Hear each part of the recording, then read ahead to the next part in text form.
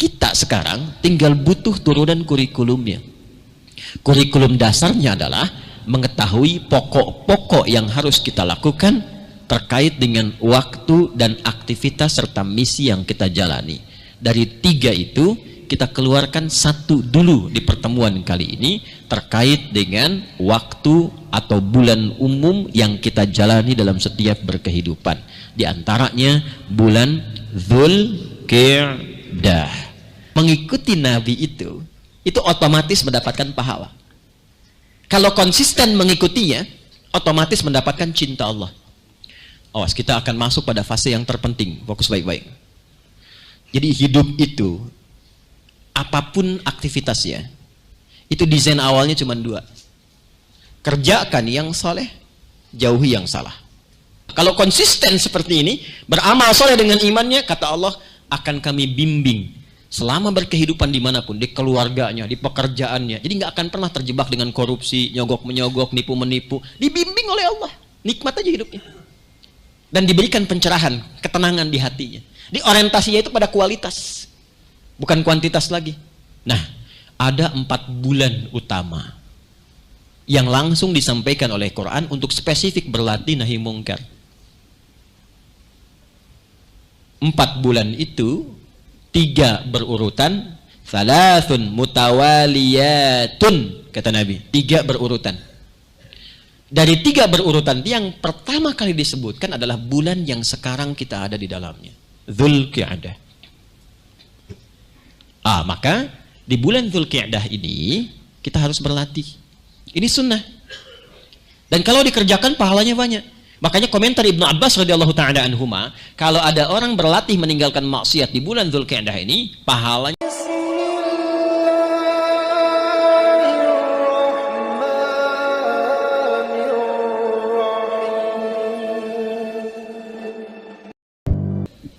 Baik, kita mulai dengan Quran surah 9 At-Taubah ayat 36. A'udzubillahi minasyaitonirrajim. Bismillahirrahmanirrahim. Inna iddatash syuhuri 'indallahi 12 syahran fi kitabillah. Ada ayatnya? Baik. Yauma khalaqas samawati wal arda minha arba'atun hurum. Dzalika ad-dinul qayyim fala tadhlimu fihinna anfusakum. Ada? Baik, cukup sampai di situ dulu. Ya. Materi kita sampai di titik ini. 1. Kita coba uraikan sejenak ya. Bismillah. Saya mohon izin saya berdiri untuk bisa memberikan visual lebih mudah ya. Mungkin tidak bisa mencakup semua, tapi insya Allah kalaupun dari sudut pandang tertentu tidak terlampau nampak, nanti bisa direview di rekaman videonya ya. Baik. Izin ibu kelihatan ini? Oh, luar biasa ibu, belum saya tulis udah kelihatan ya. Memang jamaah alisan tuh dari dulu tuh luar biasa gitu ya. Masya Allah, sahabat-sahabat alisan cuman 1 di muka bumi, belum ditulis udah kelihatan. Baik, 1 Quran surah ke-9 ayat 36. Inna iddatash syuhuri 'indallahi 12 syahran fi kitabillah yauma khalaqas samawati wal ard. Perhatikan cara menerjemahkan atau memahaminya. Sejak Allah mencipta langit dan bumi, ini yang paling mudah untuk dipahami. Sejak Allah mencipta langit dan bumi, Allah sudah menetapkan hukum bahwa kehidupan yang dijalani itu, baik di langit ataupun di bumi, ada waktu yang mengiringinya. Sekarang kita spesifik saja ke kehidupan kita. Kita hidup di langit atau di bumi? Di bumi ya, kita hidup di bumi, nanti pulangnya baru ke langit. Jelas ya? Hidup di mana? Di bumi, pulangnya baru ke langit, surga itu ya. Nah, tahu dari mana kita kehidupan kita di bumi? Yang Al-Baqarah ayat 30 itu. Wa idh qala rabbuka lil malaikati inni ja'ilu fil ardi, bukan fis sama, fil ardi khalifah. Jelas ya? Jadi misi kita berada di bumi, bukan di langit. Nah, kehidupan yang kita jalani di bumi tidak lepas dari ketentuan waktu tadi. Karena sejak Allah mencipta yauma khalaqas samawati wal arda, sejak mencipta langit dan bumi, sudah ada standar hukum waktu yang mengiringi setiap hamba Allah yang beraktivitas di tempat itu. Sekarang kita ada di mana? Di Masjid Al-Ihsan, ya kan? Bagian dari bumi al-ard. Ya. Nah, ini pun tidak terlepas dari hukum waktu. Jadi setiap kita beraktivitas di bumi ini akan ada waktu yang mengiringi. Tanda paling gampangnya, lihat fenomena alamnya. Ya kan? Tadi malam gelap atau terang? Gelap ya. Yang membuat kemudian terlihat seperti terang kan ada cahaya lampu saja. Ya kan? Yang manusia mencoba untuk mendesainnya. Secara alamiah itu gelap. Habis gelapnya datang apa? Terang kan? Ya, datang terang. Secercah cahaya yang membelah kegelapan itu disebut dengan fajar. Terus berganti seperti itu. Artinya ada pergantian-pergantian waktu. Nah, itu bagi orang yang cerdas, yang jernih cara berfikirnya, orang yang cerdas dan jernih berfikirnya itu disebut ulul albab. Jelas? Disebut apa? Albab itu jamak dari kata lub. Lub itu sesuatu yang terdalam. Pernah lihat kelapa, buah kelapa?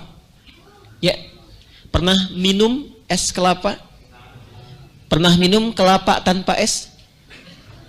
Pernah ya? Nah, karena kan buah kelapa jatuh nggak ada esnya kan? Baik ya?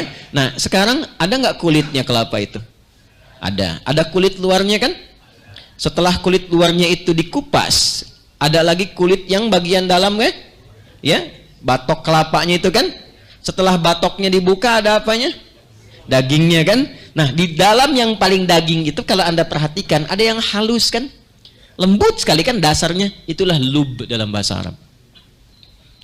Jadi, gambaran manusia, cara berpikir manusia itu ada yang baru nyampe kulitnya aja. Begitu lihat malam, ya cuman melihat gelap saja. Oh, malam, ya sudah. Ya. Siang dilihatnya sudah terang, sudah siang. Nah, siang. Ah, itu namanya baru kulit kelapa bagian luar. Jadi kalau ada yang menyikapi hidup hanya melihat siang dan malam sebagai perubahan, pergantian waktu siang dan malam saja, itu cara berpikirnya kulit kelapa bagian luar.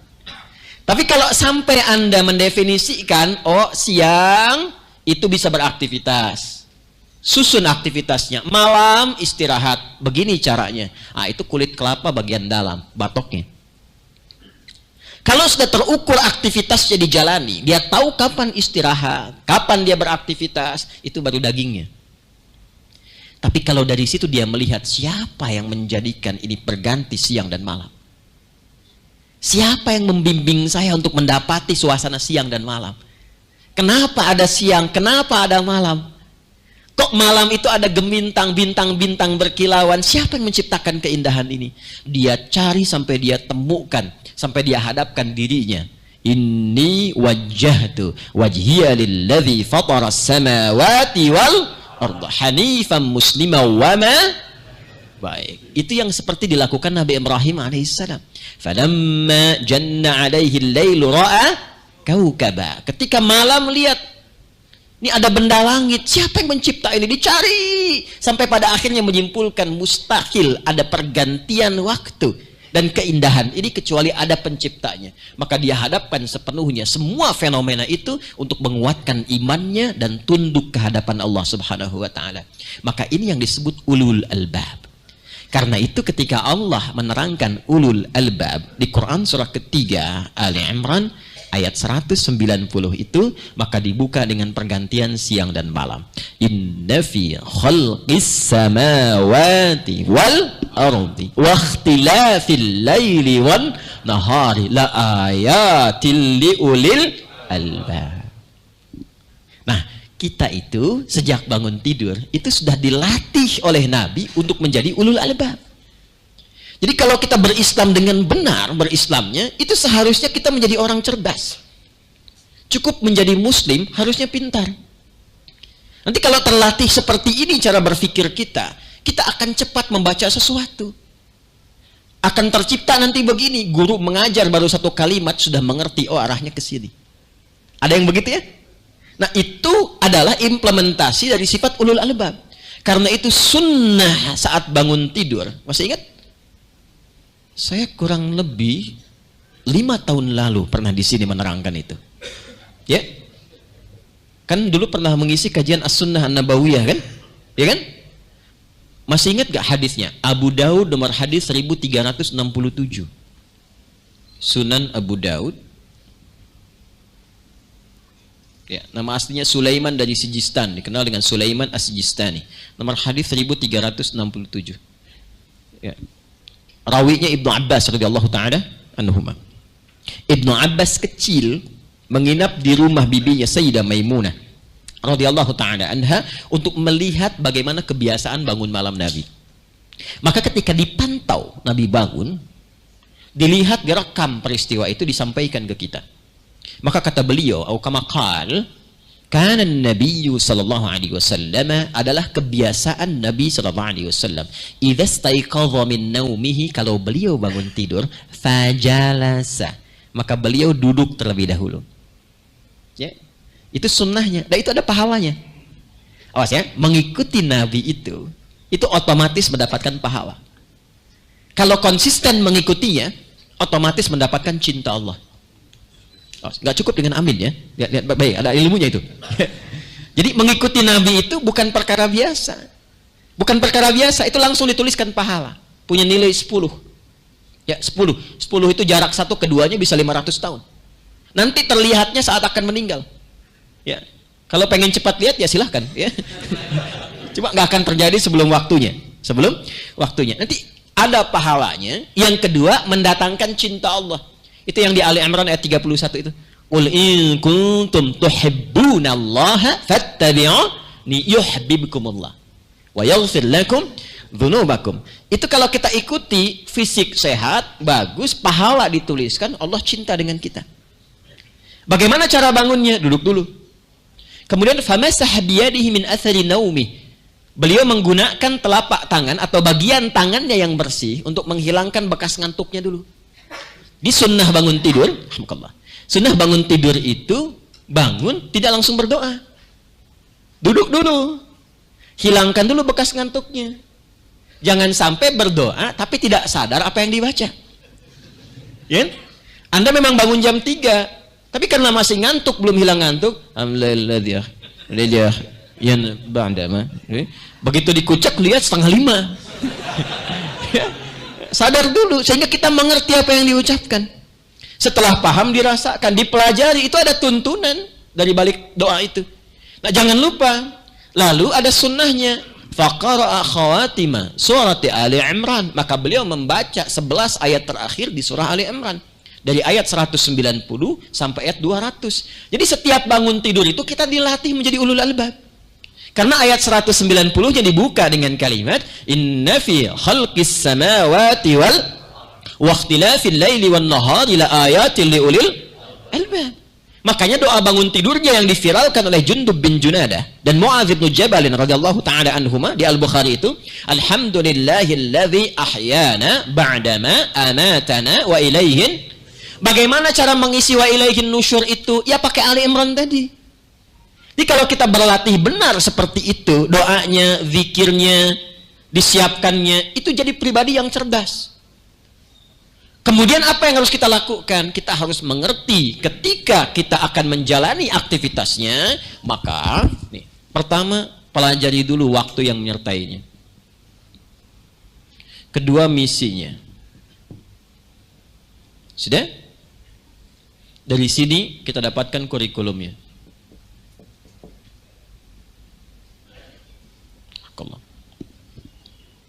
Baik, pelan-pelan. Dalam menjalani hidup itu secara singkat, maka Allah menetapkan hukum waktu secara umum. Yang umum dulu. Bahwa dalam setahun kehidupan itu yang kita jalani ada 12 bulan. 1 tahun berapa? 12 bulan. Ini hanya akan kita temukan di Al-Quran. Keterangan setahun 12 bulan. Baik ya. Sejak Allah mencipta langit dan bumi, yauma khalaqas samawati wal ard, ya kan? Ada 12 bulan sudah ditetapkan dan kita mau tidak mau akan melewati itu. Ya, saya ulangi ya. Kita mau tidak mau, berkenan atau tidak, tau'a au karha, kita akan melewati setahun berapa? 12 bulan. Ini ketentuan ini akan berlangsung terus sampai tiba ajal kita. Ini yang dikatakan oleh Nabi SAW, cek lagi, ya kan? Dalam hadis beliau, kita ambil yang paling padatnya di Abu Daud untuk menyamakan dengan itu. Jadi Al-Bukhari-nya kan sudah ya, dituliskan maksud saya. Nomor hadis 1947. Al-Bukhari nomor hadis 4406, hadis Muslim nomor hadis 1679. Sudah ya? Dari Abu Bakrah Nafi' Al-Harith radhiyallahu ta'ala anhu. Qala Rasulullah sallallahu alaihi wasallam, inna az-zamana qad istadara ka hayati. Sungguh waktu yang mengiringi aktivitas kita itu akan terus berputar seperti itu sebagaimana ketetapan dan desain yang telah Allah aturkan. Jadi waktu itu akan berputar seperti itu saja. Ya. Dari malam ke siang ketemu malam lagi, terus saja. Paling gampangnya begini, lihat jam. Ya kan? Di dinding itu kan ada jam kan? Baik. Menempel di dinding, cuman 2 yang menempel di dinding. 1 jam, kedua cicak. Cicak di baik ya. Diam-diam merayap. Itu indah sekali itu ya. Datang seekor nyamuk. Ayo silahkan. Ya, coba ya. Rizki itu begitu Allah atur luar biasa. Begitu Allah atur, jangan takut kehilangan rizki, jangan takut kekurangan, jangan takut kesulitan. Karena binatang pun diatur sedemikian rupa. Cicak secicak-cicaknya. Itu rizkinya masih diatur. Ketika dia membutuhkan rizkinya, Allah datangkan, bukan cicak yang mendapatinya. Perhatikan liriknya, datang seekor, bukan cicak mendatangi nyamuk, nyamuk mendatangi cicak. Bagus yang bikin liriknya. Sudah, kita tinggalkan cicak, kita kembali ke sini. Nah, waktu itu begitu saja. Jam kan berputar begitu saja kan, terus kan? Sampai habis baterainya. Ya kan? Terus berputar begitu. Nah, waktu pun demikian. Ini subuh ini, insya Allah kalau ajal kita belum tiba, besok ketemu begini lagi waktunya. Kalau nggak percaya, lihat keluar. Yang membedakan perubahan terjadi, itu aktivitas manusianya. Jadi sejak Adam diciptakan, waktu itu begitu saja. Gelap, ketemu gelap lagi, terus berputar. Yang menjadikan ada masjidkah, ada malkah, ada jalankah, itu kreativitas manusia di setiap zamannya. Zaman Firaun mungkin butuh piramid, tapi belum ada jalan tol. Ya kan? Namrud bisa punya peradaban dengan tertentu. Setiap generasi itu selalu ada penemuannya. Ya, sekitar 10 tahun yang lalu teknologinya belum seperti sekarang. Itu bagaimana manusia mengisinya. Tapi desain waktunya kata Nabi seperti itu saja, setiap hari begitu.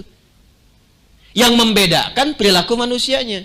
Sekarang persoalannya, setiap manusia yang berperilaku di bumi itu yang bisa memberikan perubahan dan menghiasi keadaan di bumi punya nilai nggak di hadapan Allah. Itu saja. Karena konsep hidup kita itu ya menjalani misi di bumi, pulang kembali ke Allah. Inna lillahi wa inna ilaihi raji'un. Kita ini punya, awas hati-hati, 3 dimensi kehidupan. 1 ardun, 2 barzakhun, ya. 3 akhirah. Ya, ini 3 dimensi ini, dan ini pasti akan dilalui, mau tidak mau. Sekarang kita ada di sini, di ardun.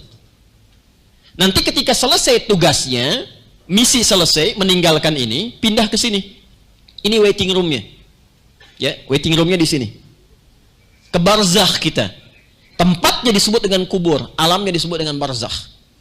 Ya, menunggunya di sini. Nanti pulang ke sini. Nah, ini yang abadi itu di sini. Nggak ada perpisahan lagi. Untuk ke sini, ini mesti melewati fase ini dan ini. Gerbang ini disebut dengan kematian. Maut namanya. Kullu nafsin dha'iqatul maut. Orang yang akan mendapati maut disebut mayyit pakai tasydid. Ya, Quran surah 39 tuh ayat 30. Innaka mayyitun pakai tasydid. Ya, Anda itu kata Al-Qur'an calon meninggal, CM. Ya, pasti akan mendapati maut. Pasti itu. Kalau sudah meninggal disebut maitun. Masuk ke keranda disebut jenazah. Jadi setiap kita itu pasti akan ke sini dan ke sini. Kalau sudah di sini, nggak ada kematian lagi. Jadi kehidupan yang hakiki itu sifatnya ada di sini. Untuk ke sini menjalani misi di sini. Nah, suksesnya menjalani misi di sini itu akan menentukan kebahagiaan atau nestapa kehidupan seseorang di puncak akhir hidup jadi akhirat itu. Di sini. Jadi ini akan menentukan. Jadi kalau Anda hanya fokus pada perubahan-perubahan yang ada sekarang, yang fatal morgana, ya, yang runtuh, yang hilang, yang rusak seketika, rugi. Sebab ketika pulang ke sini, yang ini pun sudah tidak ada. Ya. Ini kalau nggak disentuh, rusak sendiri. Ini gelas kalau nggak diapa-apain, berdebu, kotor, hancur. Sifat dunia itu begitu, makanya disebut fana. Fana itu rusak dengan sendirinya kalau tidak dikelola. Nah, desain hidup kita diberikan tugas di sini supaya sukses mencari bekal ke sini. Karena itulah Allah berikan kesempatan untuk beraktivitas. Setiap gelap ketemu gelap lagi, terus ketemu terang ketemu gelap. Ini bukan sekedar waktu yang diberikan, tapi kita mesti paham ada misi yang harus kita bawa yang sesuai dengan ini. Waktu yang diberikan. Misinya, sederhananya, konsepnya cuma dua. Cuma dua. Fokus baik-baik ya. Konsepnya ada berapa? Dua. Satu,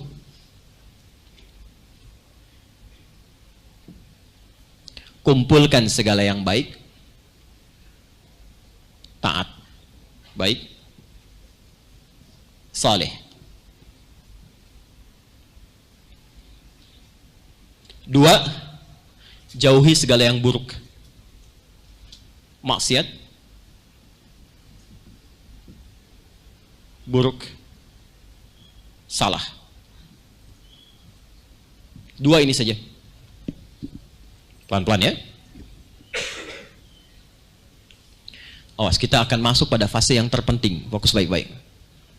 Jadi hidup itu, apapun aktivitasnya, itu desain awalnya cuma dua. Kerjakan yang saleh, jauhi yang salah. Kita pun diperintahkan untuk ini saja. Mengerjakan yang baik, yang soleh, ketika dipraktekkan itu menjadi ma'ruf namanya. Ingat ya? Sesuatu yang soleh ketika dipraktekkan menjadi apa? Ma'ruf. Maka muncul nanti di Quran bahasanya amar ma'ruf. Ya'muruna bil ma'ruf.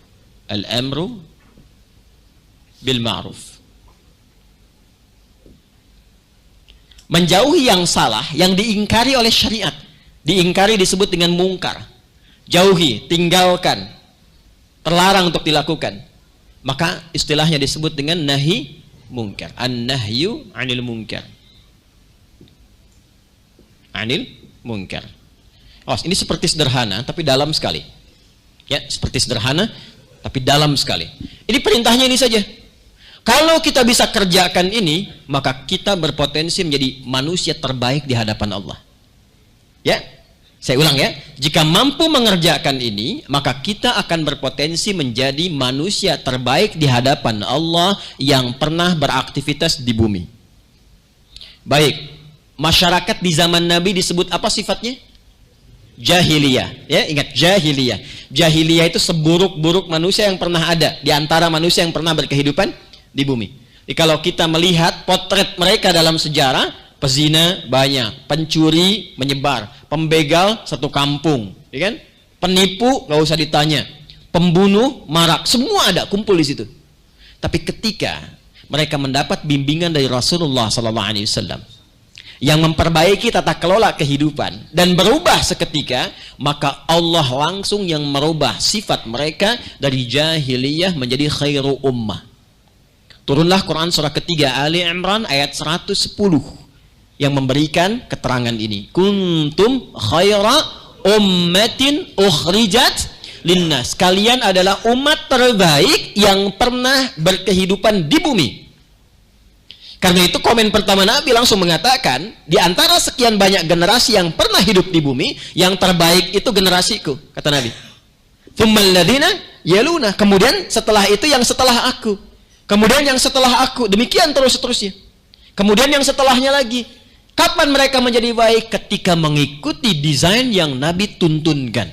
Kapan menjadi khairu ummatin ukhrijat linnas? Teruskan ayatnya. Ta'muruna bil ma'ruf wa tanhauna 'anil munkar wa tu'minuna billah.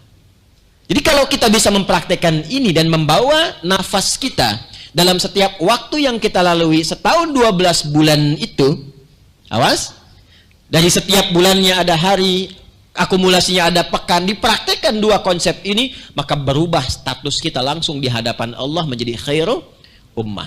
Nah, desain untuk melatih ini semua dibagi oleh Allah pembagiannya ke beberapa waktu.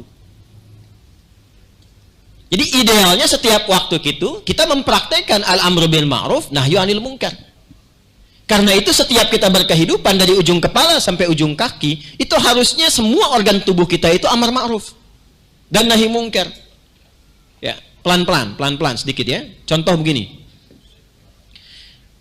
Yang pertama misinya beramal apa? Saleh. Amal ma'ruf itu amal saleh. Kapan amal menjadi saleh? Ingat, amal itu ada 3 ya. Amal ada berapa? 3. 1, itu amal yang netral. Bahasa Arabnya atau bahkan di Qur'annya disebut amal saja. Ya, tidak pakai sifat, amal saja sudah. Itu netral. Jadi nggak disebut baik, nggak disebut saleh, nggak disebut salah. Contoh paling gampang gini. Ini ada minuman. Apa fungsi minum? Menghilangkan haus. Umumnya manusia minum kan ya? Nah, kalau dia minum saja dan ini dihasilkan dari yang halal. Halal dan baik, halalan thayyiban. Maka ketika diminum, dia tidak menyebut nama Allah, bukan dari hasil curian, maka ini disebut amal saja perbuatannya. Netral. Jelas? Ya ayyuhan nasu kulu mimma fil ardi halalan thayyibah. Al-Baqarah ayat 168. Ini netral. Tapi ketika minuman ini, perbuatan minumnya disematkan nama Allah pada perbuatan itu. Bismillahirrahmanirrahim, kemudian diminum, maka kalimat Bismillahirrahmanirrahim menjadikan aktivitas minum itu, amal itu bersifat soleh. Jelas? Bersifat soleh. Semua perbuatan amal yang diiringi dengan tujuan beribadah kepada Allah itu disebut dengan salih, amal salih. Nah, bagaimana menjadikan perbuatan itu menjadi saleh? Berniat karena Allah, maka disertakan kalimat iman.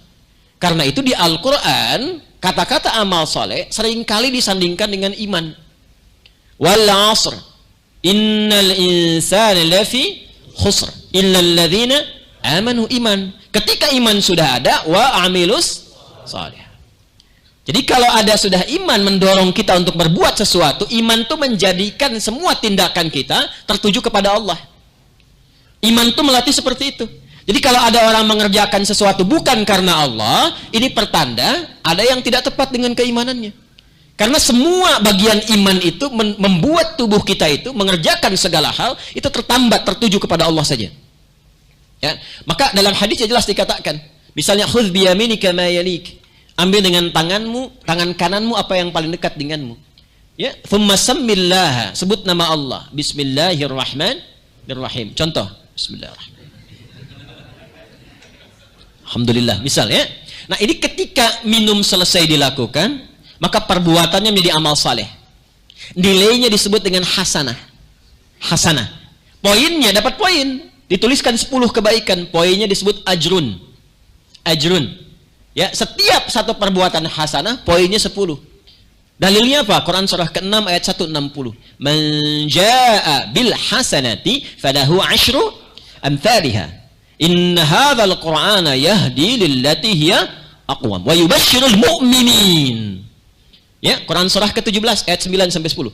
Wa yubashshirul mu'minina alladzina ya'maluna as-salihati anna lahum ajran kabira.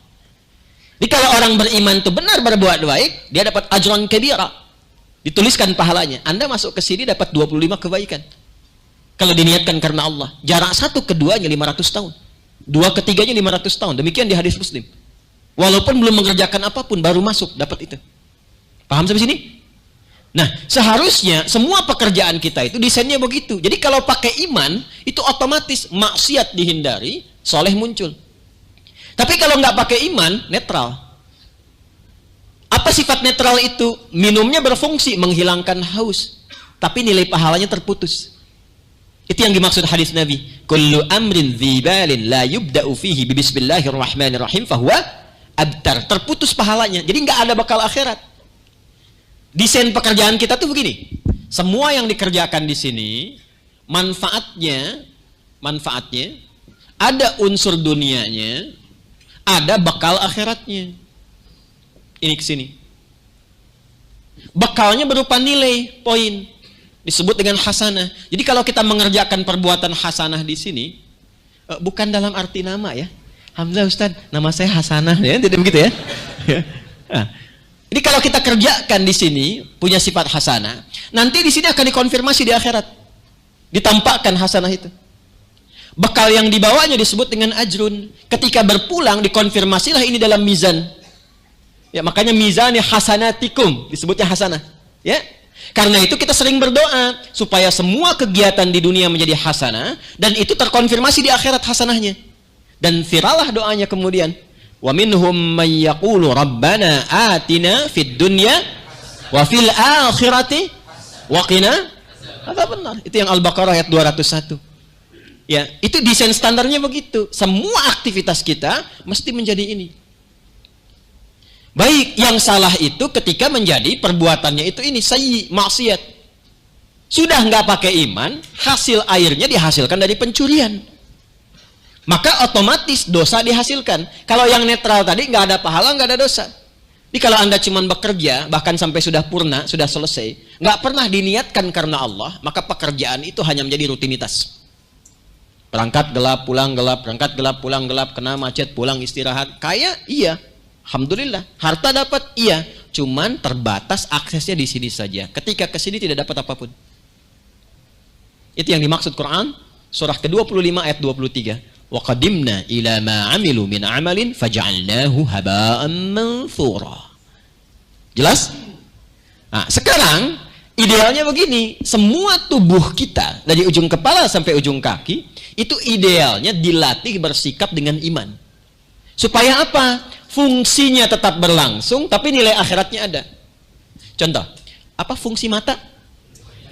Bukan. Oh, kan? Kalau hanya melihat, kambing melihat. Kan? Elang melihat. Dan penglihatan elang lebih tajam daripada kita kan? Elang di udara, lihat anak ayam kan di bawah. Anda jalan, anak sendiri gak kelihatan kan? Kan? Tapi ingat, mata elang setajam-tajamnya tidak dihisap. Mata kita dihisap. Ingat, mata dihisap. Jangan dikira tidak dihisap, mata dihisap. Karena itulah ketika Allah menerangkan fungsi mata, tidak sekedar melihat, supaya penglihatan itu benar di hadapan Allah. Maka kalimat imannya disebutkan dulu di surah Cahaya, surah 24. Ayat 30 untuk laki-laki, ayat 31 untuk perempuan. Qul lil mu'minina yaghuddu min absarihim. Ayat 31-nya wa qul lil mu'minati yaghuddna min absarihinna. Katakan pada pria-pria yang sudah beriman. Katakan pada perempuan-perempuan yang merasa punya iman. Sebelum fungsi mata disebutkan imannya dulu yang disampaikan. Maka iman itu akan menuntun matanya untuk yang memandang yang baik saja. Jika yang dipandang tidak baik, maka iman itu akan membimbing matanya untuk memalingkan. Palingkan. Itu yang disebut ghaddul basar. Di ghaddul basar itu bukan tidak melihat, memandang, tapi saat yang dipandang tidak Allah perkenankan, dia palingkan. Ini kalau rumus ini dipakai, maka mata ini akan sehat. Dan dia setiap memandang itu mendapatkan pahala. Jadi kalau kita baru melihat saja diniatkan karena Allah, itu pahala dituliskan. Jangan dikira nggak ada nilainya di mata. Nanti saat pulang akan terlihat. Ya, tapi kalau nggak disertai dengan itu, nanti liar mata ini, semua ditatap. Semua dilihat. Dan ketika semua dilihat, nafsu bisa bekerja. Setan memberikan was-was. Ya, setan bisa membangkitkan. Nafsu itu tempatnya di kolbu. Kolbu tempatnya di sodrun. Sodrun jamaknya sudur. Setan memberikan was-was kepada sudur. Supaya nafsu dibimbing mengerjakan yang salah. Ya, alladzi yuwaswisu fi sudurin nas. Tembusnya ke nafas. Nafas ketika dibimbing setan mengeluarkan maksiat. Itu yang disebut Quran surah 12 ayat 53. Wa ma ubarni'un nafsi innan nafsa la'ammaratum bis su. Nafas ketemu su disingkat jadi nafsu. Itu asalnya. Nafas ditambah su, disingkat jadi apa? Nafsu. Itu. Jadi kalau kita nggak kendalikan jadi berbahaya. Anda keluar dari sini, tahu kan di mana menyimpan alas kakinya? Ya kan? Menyimpan sendalnya. Nah, ketika Anda mengetahui itu, dibimbing dengan iman, maka mata kita akan fokus melihat alas kaki kita saja. Halo? Ya kan? Tapi ketika bimbingan iman itu tipis, redup, bahkan hilang, maka semua dilihat. Yang berbahaya ketika semua dilihat, itu yang celaka. Kadang-kadang setan menunggangi. Begitu ditunggangi, ingat ceramah Ustaz. Ambil yang baik, tinggalkan yang buruk. Itu yang menjadikan seringkali kehilangan kotak infak di dalam masjid. Itu yang menjadikan ketika takbir pertama orang mundur ngambil HP jamaah. Dan kalau di rumah Allah saja sudah berani mencuri, nggak terbayang di tempat-tempat lainnya. Maka kita doakan supaya bertobat, gitu kan? Nah, itulah iman. Turun ke lisan, kalau sudah turun ke lisan, itu yang keluar kata-katanya mulia semua.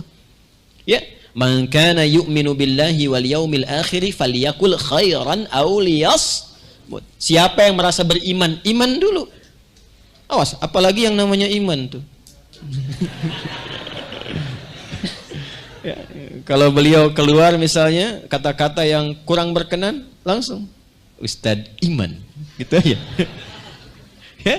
Jadi siapa yang merasa beriman, lisannya pasti berkata yang baik.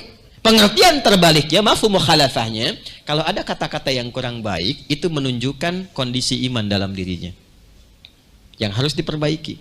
Paham? Nah, inilah amal saleh. Harusnya begitu idealnya, dari ujung kepala sampai ujung kaki. Jadi kalau kita benar menjadi insan beriman, cukup beriman dengan benar, pasti jadi orang baik. Sudah otomatis itu. Dan gak akan ketemu dengan yang tidak baik. La yasriqul mu'min 'indama yasriq fa huwa mu'min. Kata Nabi, tidak mungkin insan beriman itu mencuri. Ketika mencuri itu ada iman dalam dirinya. Maksudnya membimbing imannya untuk melakukan perbuatan itu. Pasti dicegah. Semakin tinggi iman, itu otomatis akan membimbing pada yang baik dan mencegah kepada yang buruk. Termasuk ibadah.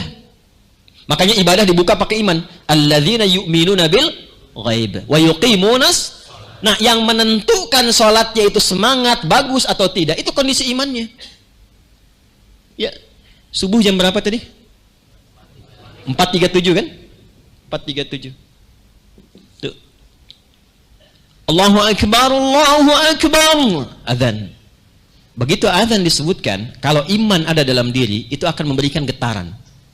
Sudah adzan, cepat siap-siap. Pernah merasakan begitu? Nah, itu konfirmasi Quran surah 8 ayat kedua. Innamal mu'minuna alladzina idza dzukirallahu wajilat qulubuhum. Sungguh insan beriman itu cirinya, tanda pertamanya, kalau disebutkan nama Allah, ada konfirmasi di jiwanya, ada getaran. Karena itu setiap terjadi pergantian waktu 5 kali dalam sehari, maka disebutkan nama Allah untuk mengecek pagi ini iman ada enggak, sorenya masih kuat enggak. Karena ada nanti satu masa paginya beriman wa yumsi kafira, sorenya udah kufur. Itu yang paling parah. Paham? Nah, nanti standar iman itu, standar yang paling standar itu ketika dipanggil getarannya muncul. Jadi kalau baru disebutkan adzan, ya, dikumandangkan, baru ingat sholat, itu iman standar. Allahu Akbar, Allahu Akbar. Sudah adzan, sholat. Nah, itu standar. Ya. Dari jam 8 malam, ba'da isya, sudah ingat subuh.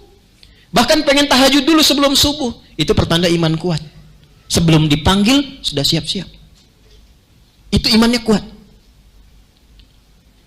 Ada yang problem, dipanggil 4.37. Dia baru bangun 7.34.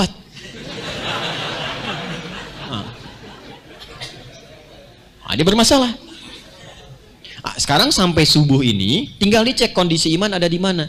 Nah, iman yang dipraktekkan lewat amal ma'ruf itu akan sejalan dengan nahi mungkar. Jadi semakin tinggi amal ma'rufnya, semakin sensitif dengan nahi mungkarnya. Jadi kalau semakin rajin mata dipakai lihat Quran, sujud, taat kepada Allah, itu sudah bakal anti pada yang maksiat. Nggak mungkin buka gambar-gambar yang tidak elok. Nggak mungkin nonton video yang tidak benar, apalagi jadi pelakunya. Nggak mungkin mencuri. Nggak mungkin menipu. Nggak mungkin dekat pada perselisihan. Lembut gitu. Ya. Baik, harmoni, itulah iman. Jadi ini akan otomatis kena amal ma'ruf itu positif, kena nahi mungkar juga cepat ditinggalkan. Kalau nggak percaya silahkan, Anda semakin taat keluar dari sini, ada gambar misalnya kan yang tidak pantas, itu Anda nggak akan lihat. Astagfirullah, apa sih gitu kan? Kok pasang-pasang begitu? Itu akan mencari supaya bisa misalnya diganti dan sebagainya. Itu luar biasa. Dengan cara-cara yang benar karena punya amar ma'ruf. Ya. Dan gak akan terlambat, gak mungkin lisan istighfar mata gak dipalingkan. Astagfirullah. Apa sih? Gak mungkin. Pasti sejalan ini. Nah ini tidak mungkin terjadi kecuali dilatih. Karena itu dalam 12 bulan, idealnya kita selama 12 bulan itu konsisten begitu. Amar ma'ruf nahi mungkar, amar ma'ruf nahi mungkar dari ujung kepala sampai ujung kaki. Kalau bisa dijalani itu selama berkehidupan, maka hidupnya disebut dengan hayatan thayyibah. Hayatan thayyibah.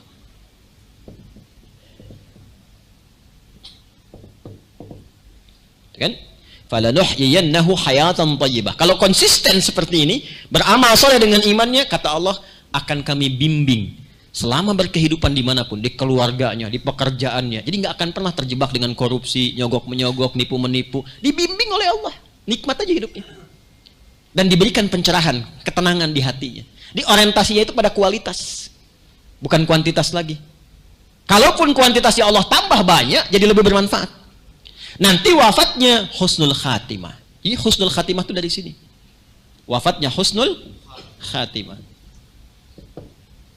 Nah, untuk mendapatkan konsistensi 12 bulan ini puncaknya. Maka selama 12 bulan itu dibagi oleh Allah. Ada bulan-bulan spesifik untuk berlatih amar ma'ruf. Seperti Ramadan. Itu latihan amar ma'ruf. Saat Ramadan sholatnya nambah kan? Ya kan? Dari fardu ditambah dengan sunnah kan? Tarawih kan ada tambahan? Sunnah lebih senang dikerjakan kan? Saat Ramadan infak nambah kan? Saat Ramadan baca Quran bertambah kan? Itu latihannya amar ma'ruf. Ada latihan-latihan yang persis digunakan oleh kita untuk nahi mungkar. Nah, ada 4 bulan utama yang langsung disampaikan oleh Quran untuk spesifik berlatih nahi mungkar. 4 bulan itu 3 berurutan, thalathun mutawaliyatun, kata Nabi. 3 berurutan. Dari 3 berurutan yang pertama kali disebutkan adalah bulan yang sekarang kita ada di dalamnya. Dzulqa'dah. Ada yang menyebut Qa'dah, ada yang menyebut Qa'dah.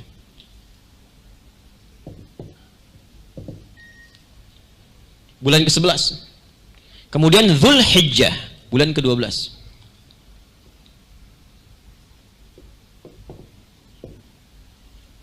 Kemudian yang ketiga berurutan 11, 12, kemudian ya, nggak ada bulan 13 kan?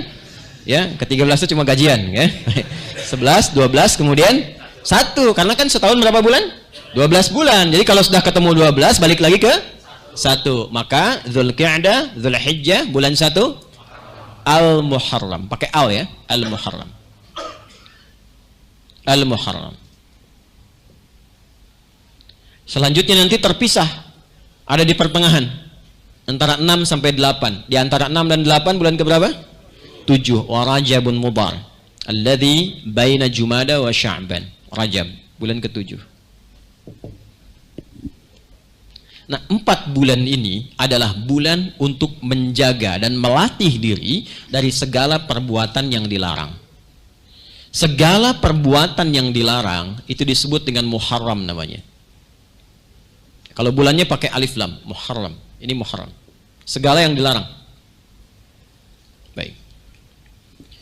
Mencuri dilarang? Muharram. Zina dilarang? Muharram. Menipu? Muharram. Ya, sebentar ya. Baik ya. Mencela? Muharram. Hukumnya disebut haram. Hukumnya disebut haram. Jamak dari makna ini disebut hurum.